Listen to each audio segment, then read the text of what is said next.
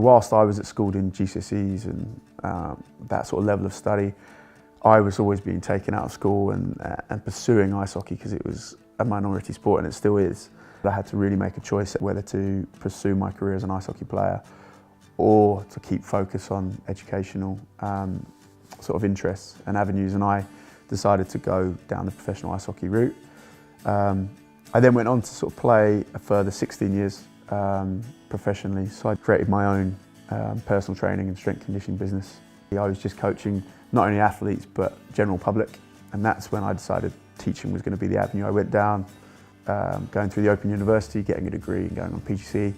The reason I chose the Open University is that it would allow me to continue to work.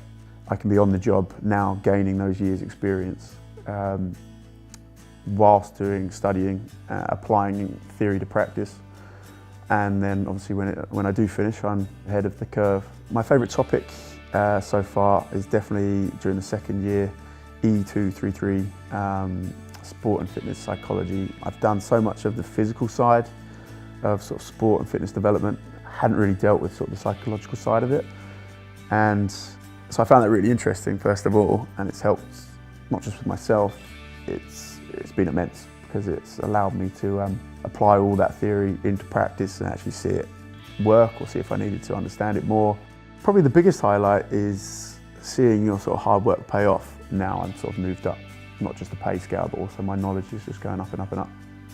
I think one of the perks also about choosing the sports fitness and coaching degree is discovering that you've got CPD points for it, because again, as a teacher, I knew that you needed to continually get these CPD points. It helps with your CV, it helps you move up the chain, it helps you offer different areas of sort of expertise to the students. At Danes Hill, we try to offer the kids everything they can possibly think of. I follow the study planner. I commute an hour and a half each day using the train, so I do a lot of my study planner reading and my module material, so the module book for each study. It's small bite-sized chunks that you're doing each week. You know, you're not just looking at the book. I've used sort of heart rate monitors that were given to you for some of the physical tests, and say if I'm on the go completely remotely, I've got my iPad, so there's online rooms, there's forums that you can go and talk to. I think you get all the benefits without the distraction. Tutors at Open University have been fantastic. The advice I give potential students, even if you may be daunted, I think at the beginning, about the required study time, don't be put off. If you want it bad enough, you can find time here and there. I needed to have a degree. The Open University provided the best possible situation to do that whilst working in the school.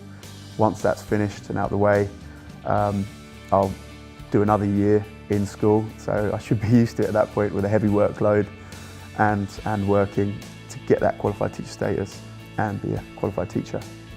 I'm working with kids that always bring smiles on my face. I'm doing sport and games which I love, so it's a good life. Yeah, it's nice.